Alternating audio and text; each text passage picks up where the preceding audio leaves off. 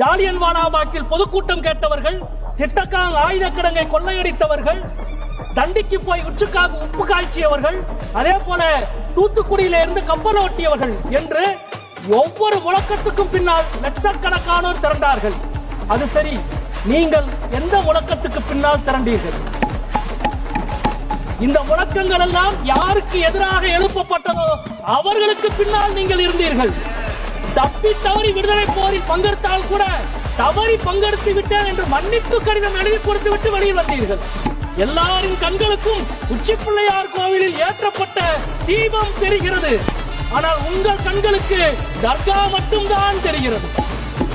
மக்களுக்கு தேவை பக்தி, உங்களின் தேவை பகை. எல்லோருக்கும் தேவை ஆன்மீகம், ஆனால் உங்களுக்கு தேவை கலவரம். நூற்றாண்டுகளாக புண்ணியவான்கள் இங்கே விளக்கேற்றலாம் என்று கல்தூன் எழுதப்பட்டு அதிலே விளக்கேற்றப்பட்டுக் கொண்டிருக்கிறது. ஆனால் நான் புண்ணியவான் அல்ல, அங்கே விளக்கேற்ற மாட்டேன் என்று சொல்லி ஒருவர் அடம் பிடிக்கிறார். இந்த அவையிலே நாங்கள் சொல்லிக் கொள்வோம், உங்கள் தீர்ப்புக்கு முன்னால் நீதி ஒருபோதும் தலைவணங்காது என்பதுதான் இந்த அவையிலே இருந்து நாங்கள் சொல்லிக் கொள்ள வேண்டிய மிக முக்கியமான விஷயம்.